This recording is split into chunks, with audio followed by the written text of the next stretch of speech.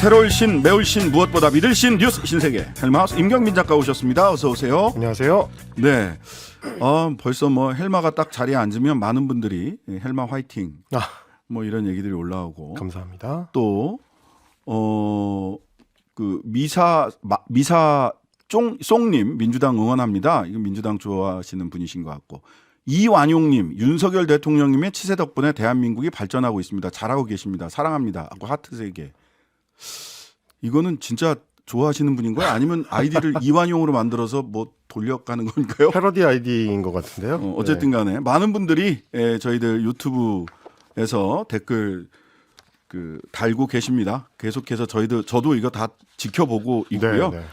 쌍방향 소통을 위해서 노력하고 있다. 많은 댓글, 좋아요 부탁드린다라는 말씀드립니다.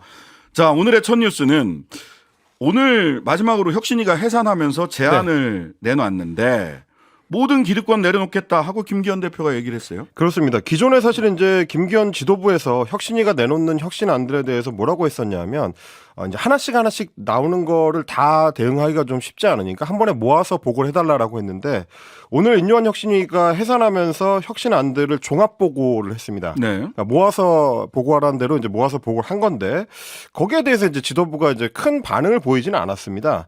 뭐 이제 종합적으로 좀 평가를 해보자면 이준석 전 대표와 홍준표 대구시장 등에 대해서 소위 대사면을 단행했었던 1호 혁신안만 제대로 이제 보고가 되고 승인이 됐고요. 2호부터 4호에 이르기까지는 좀 이제 제대로 진척이 안 된다라는 얘기가 많았습니다. 당 지도부와 중진의 희생을 요청하는 내용들이 이제 포함이 돼 있었는데 오늘도 지도부는 여기에 대해서 적극적인 반응을 하진 않았습니다. 혁신위원으로 참여했던 박성중 의원, 혁신위가 돌아가는 동안에는 거의 모습이 안 보였었는데 오늘 마지막으로 정리하는 역할을 박성중 의원이 담당을 했습니다. 혁신안의 보고를 받은 지도부의 반응이 어땠는지 이제 기자들이 물었더니 지도부도 사전에 이런 내용이 보고될 것이라는 얘기가 있었기 때문에 이미 숙지된 사항이라서 특별한 반응은 없었다라고 했습니다. 그러니까 별다른 반응이 없었다는 게 중요한 것 같고요. 그러면서 혁신안을 받아들이는 데는 시차가 있기 마련이다. 판단은 지도부나 당이 하는 것이다. 뭐 이렇게 얘기를 했습니다. 네. 정작 희생을 요구한 혁신위에서 이 활동을 했었던 정혜용 혁신위원 같은 경우도 대구 동구 갑에 지역구 출마를 하겠다라고 선언을 했는데 이것도 좀 논란입니다. 본인들은 당 지도부나 중진들의 희생을 요구해놓고 결국 혁신위원이라는 자리를 지역구 출마를 위한 발판 삼은 거 아니냐라는 얘기가 나왔어요. 거기에 대해서 이제 박성중 의원은 제가 답변하는 거는 적절하지 않은 것 같다 이렇게 또 말을 아끼는 모습이었습니다. 근데 뭐 혁신위원 중에 그 박성중 의원도 출마할 거고, 그다음에 그렇습니다. 김경진 전 의원도 마찬가지고요.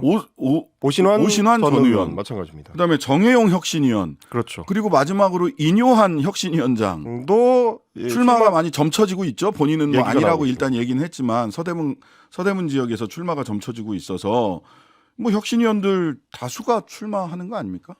그런 얘기가 이제 하마평으로 오르는 분들이 좀 있습니다. 그리고 혁신위원 중에서는 또 김기현 지도부에서 발탁한 인재로 꼽히는 분들도 있기 때문에 여러 가지 측면에서 좀 논란은 계속 이어질 것 같습니다. 네, 이후에 그 김기현 대표가 국민 눈높이에 맞지 않은 모든 기득권을 내려놓고 사직생의 각오로 민생과 경제를 살리라는 국민의 목소리에 답해 나갈 것이다라는 얘기를 했는데 한번 직접 김기현 대표의 목소리 들어보시죠. 저를 비롯한 우리 당 구성원 모두는 국민 눈높이에 맞지 않는 모든 기득권을 내려놓고 사적성의 각오와 민생과 경제를 살리라는 국민의 목소리에 답해 나갈 것입니다.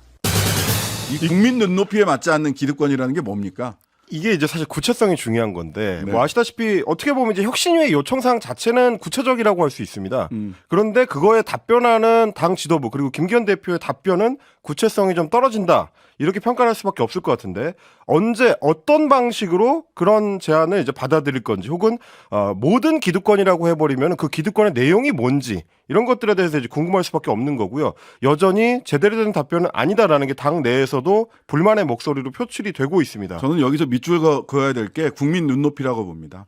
국민 눈높이에 맞는 모든 기득권 얘기하면 또 김기현 대표가 쭉 해왔던 얘기 있어요. 불체포 특권, 그다음에 국회의원 정수, 축소 뭐 이런 식의 제도적으로 지금 국회가 가지고 있는 권한을 다 같이 내려놓자. 이거 법제화하자라는 이야기가 반복될 것 같은 그런 예감이 드는 겁니다. 지금 혁신위에서 얘기했던 기득권, 내려놓아야 할 기득권은 소위 대통령과 친한 사람, 중진들, 영남, 스타위원들 이런 분들이 매를 맞고 험지로 험지 가야 내지는 된다. 불출마 선언을 네. 할 거냐 아니면 그냥 할 거냐라고 분명히 구체적인 요구가 있었는데 추상적으로 국민 눈높이에 맞지 않는 모든 기득권 그것이 어떤 것이고 어떤 내용으로 어느 시기에 어떻게 실행할 건지에 대한 얘기가 없으면 이런 건 그냥 하루 뉴스거리입니다. 예. 자, 이제 그러다 보니까 사실 이제 당 내에서도 불만의 목소리가 나오는 건데요. 외곽에서 지금 이제 국민의힘과 이제 용산을 향해서 공세 수위를 높이고 있는 이준석 전 대표 같은 경우에 지난주에 조선일보가 보도했던 내부 보고서의 내용, 그러니까 서울에서 우세 지역이 6석밖에 안 된다. 이거보다도 더 심각하다는 목소리를 연일 높이고 있습니다. 심지어 여당 같은 경우는 내년 총선에서 80석대의 결과를 받아들일 수도 있다. 이런 얘기를 한 건데 오늘 아침에 이제 MBC 라디오 김종배의 시선 집중하고 인터뷰를 하면서 제가 들은 정량적인 것들을 합쳤을 때 83석에서 87석 사이가 됐을 때 이거는 이제 지역구와 비례대표를 다 합친 의석을 얘기하는 겁니다. 그중에서 비례대표가 17개 정도로 예상이 되고 지난달에 본인이 발언할 때는 100석 언더, 그러니까 100석보다 못한 걸로 예상하는 수준이었는데 그 뒤에 부산 엑스포 결과도 있었고 하기 때문에 더 안 좋아졌을 것이다. 이렇게 이제 평가를 한 겁니다. 백석 언더 이야기는 저희 그 하이킥에 나와서 이야기를 그렇습니다. 했는데 오늘 아침 시선 집중에서는 80석 사이로 한 20석 또 줄었습니다. 네. 예. 하태경 의원 같은 경우도 이제 김기현 지도부 그리고 김기현 대표를 향해서 직접 겨냥을 했는데 쇄신 대상 1순위는 김기현 대표다. 불출마로 부족하다. 사퇴만이 답이다. 이런 글을 페이스북에 올렸고요. 5선 중진인 부산의 서병수 의원 같은 경우도 이제 결단할 때가 됐다. 대통령실만 쳐다볼 게 아니라 단호히 바로잡겠다는 결기가 김 대표 당신에게 있냐고 묻지 않았느냐. 뭐 이런 얘기를 올렸습니다. 그런데 중진 의원들이 이렇게 이제 목소리를 높이는 거에 비해서 당 내의 다른 쪽에서는 서둘러서 이런 어떤 목소리를 진압하려고 하는 것 같은 이제 움직임이 보입니다. 국민의힘 친윤계 초선 의원들이 들어가 있는 단체 채팅방에다가 김기현 대표 사퇴를 요구했었던 중진 의원들을 겨냥한 비판을 쏟아냈는데 예를 들면 서울 강남갑의 태영호 의원 같은 경우 지금은 결단이 아니라 단결이 필요한 시점이다. 서병수 의원의 말을 받아친 거고요. 강민국 의원, 경남 진주 을입니다. 소속 정당에 좀비 정당이라는 망언까지 해가며 당을 흔들려는 자가 진짜 엑스맨이 아니겠느냐 이렇게 얘기했고 최춘식 의원 역시 경기권에서는 험지가 아니라고 꼽히는 경기 포천 가평 지역 국회의원인데 접경지대죠. 그렇습니다. 자살 특공대는 불난집의 부채질로 끊임없이 지도부를 흔든다라고 이야기를 했습니다. 이 외에도 뭐 부산의 전봉민 의원, 울산의 박성민 의원, 경북의 윤두현 의원, 대구의 양금희 의원 등등이 가세해서 이제 소장파 중진 의원들을 이제 비판하는 목소리를 냈고요. 특히 주목할 만한 게 배현진 의원의 글입니다. 페이스북에 글을 올렸는데 하태경 의원을 직접 겨냥을 해가지고 부산에서도 손꼽히는 초강세 지역 의원으로 유세차 한 번 안 타고 당선됐다는 전설이 돌던 사람이다. 이렇게 평가를 했고 그리고 이제 김웅 의원을 향해서도 의전 4년 만에 지역을 전혀 돌보지 않는다는 지역 주민들의 냉랭한 평가에 휩싸였다. 이런 식으로. 그러니까 하태경 의원과 김웅 의원처럼 이제 다른 목소리를 내는 의원들을 향해서 직접 비판을 하는 그런 목소리를 냈고요. 그러면서 김기현 대표에 대해서 두려워 말고 움직이시라라고 이야기를 했는데 리더십을 발휘해가지고 이렇게 이제 비판 목소리를 내는 사람들에 대해서 어떤 응징을 가해야 된다는 취지의 글이었습니다. 윤심이 김기현 대표 체제 유지에 있다라고 판단을 한 거죠. 연달아서 지난주하고 저지난주에 대통령과 김기현 대표가 공개 비공개 오찬을 했잖아요. 그렇습니다. 그 이후에 윤심이 김기현 대표 체제 유지에 있다라고 하는 판단을 하자마자 제2의 나경원 연판장 사태가 재발하고 있는 것이다 라는 언론의 분석이 좀 설득력이 있는 근거 있는 분석이 아닌가라는 생각이 들어요. 사실. 그렇습니다. 이게 이제 전체적인 흐름을 보자면 김기현 대표 체제를 유지하는 상태에서 공관위원회를 이제 출범시킨다. 이 그림을 전체적으로 좀 공유하고 있는 걸로 보입니다. 자, 이거는 완전히 그 강서구청장 재보궐선거 이전으로 그 원내 그 국민의힘 원내 초재선 의원 다 대구 경북 부산 울산 경남 이쪽 출신들이기 때문에 공천이 곧 당선이다. 공천을 우선하는 분들의 정치적 판단 이것이 바로 곧바로 강서구청장 재보궐선거 이전으로 당내 분위기를 끌고 간 거 아니냐. 그렇습니다. 뭐가 바뀐 건가라는 질문 앞에 국민의힘은 서 있다.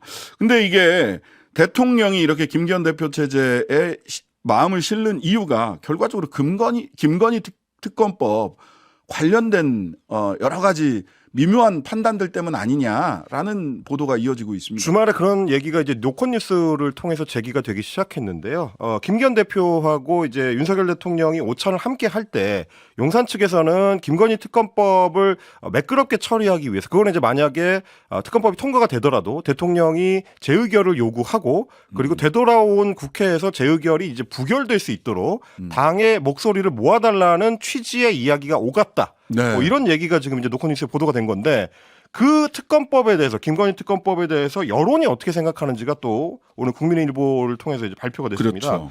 국민일보가 한국갤럽에 의뢰해서 지난 7일에서 8일까지 성인 1,033명을 대상으로 여론조사를 실시했는데 자세한 내용은 중앙선거 여론조사 심의위원회 홈페이지를 참조하시면 되고요.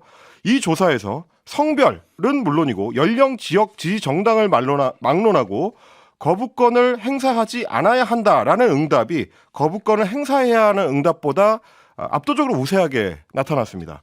예를 들면 거부권을 행사하지 말아야 한다는 의견이 전체 국민 여론에서는 70%를 차지했고요. 네. 거부권을 행사해야 된다라는 응답은 20%에 그쳤습니다.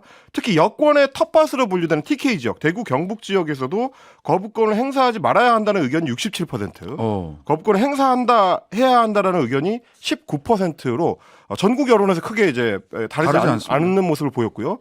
서울, 경기, 인천 같은 수도권은 물론 뭐 이제 부정 여론이 높았는데 광주, 전남, 전북처럼 민주당의 안방이라고 할 수 있는 호남 지역만큼 부정 여론이 높았던 점도 특징입니다. 서울이 거부권 행사하지 말아야 된다가 77%, 전국에서 가장 높게 나타났고 인천, 경기가 75%, 호남이 74%였습니다. 그러니까 지역적으로 거의 편중 없이 상당히 높은 반대 여론이 있었다라고 봐야 될 것 같고 30, 40대에서는 거부권 행사하지 말아야 된다는 응답이 81%와 86%로 압도적인 경향이었고요. 60대와 70대에서도 55% 그리고 47%로 부정 여론이 긍정 여론을 앞섰습니다. 네. TK 지역의 이 여론이 전국 평균과 다르지 않아요. 거부권을 행사하지 말아야 한다가 67, 거부권을 행사해야 된다가 19%면 전국 여론과 다르지 않기 때문에 대구 경북 지역도 김건희 씨 특검과 관련해서는 굉장히 대통령에게 우호적이지 않은 거죠. 그렇습니다. 특히 이제 오늘 여론조사에서 또 주목할 만한 점이 국민의힘 지지층을 대상으로 한 여론조사에서도 거부권을 행사하면 안 된다는 의견이 거부권을 행사해야 된다보다 높게 나타났습니다. 네. 자, 이런 가운데서 12월 28일 날로 지금 예고가 되어 있죠. 김건희 특검법 처리. 그다음에 잠시 후에 거침없이 하이킥 시간에 요것과 김기현 체제, 김건희 특검법과 김기현 체제, 그리고 공천관리위원회 구성, 이 미묘한 삼각관계 관련해서는 장성철, 장윤선 두 분과 함께 조금 더 자세히 짚어보도록 하겠습니다. 이낙연 전 민주당 대표, 이준석 때 되면 만나겠다. 낙준연대 내지는 뭐 낙성연대 이렇게 얘기를 하던데요. 이게 가셔야되는 거 아니냐 이런 얘기들이 좀 나오고 있습니다. 이낙연 전 대표나 이준석 전 대표나 둘 다 양당의 대표를 지낸 민주당과 국민의힘의 대표를 지낸 인물이고 둘 다 여당 대표를 지내본 사람이거든요. 근데 이제 이 두 전직 그 양당 대표가 제3지대에서 뭉치는 그림이 그려지고 있다라는 이제 평가입니다. 만날 수 있다는 의사를 각각 언론 인터뷰를 통해서 둘 다 밝힌 상태인데 이낙연 전 대표 같은 경우는 어제 이제 국회 소통관에서 오영훈 제주지사의 아들 결혼식이 열렸는데요. 거기 이제 하객으로 참석하고 나오던 중에 기자들이 이제 물었습니다. 이준석 전 대표하고 회동 가능성이 있느냐? 그랬더니 만날 수 있다라고 답변을 했고요. 그 전에 세계일보하고 인터뷰를 할 때도 이준석 전 대표를 굉장히 호평을 했습니다.